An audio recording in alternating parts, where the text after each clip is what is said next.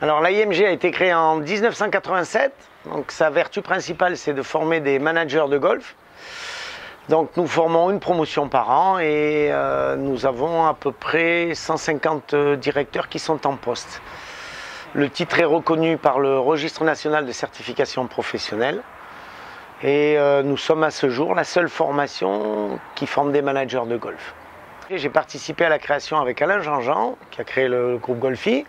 Moi, je suis parallèlement à ça professeur à l'université de Montpellier. Donc, il m'a paru intéressant de travailler sur une formation qui soit la plus concrète possible et la plus en phase avec la profession, ce qui explique tous nos partenariats avec la DGF, avec les chaînes U-Golf, avec Blue Green.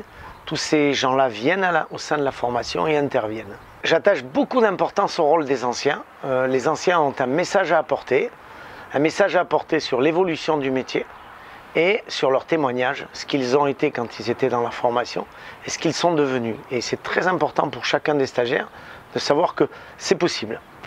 L'AIMG, c'est ce qui se passe sur un golf. Donc je suis très attaché à la notion de convivialité quand on joue dans un golf. Et l'AIMG se doit d'être convivial.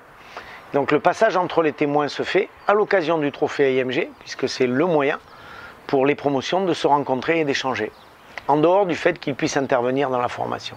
Le trophée a deux finalités. Un, créer un noyau au sein de la formation pour qu'ils organisent cette journée qui est devenue une belle journée, c'est devenu un bel événement.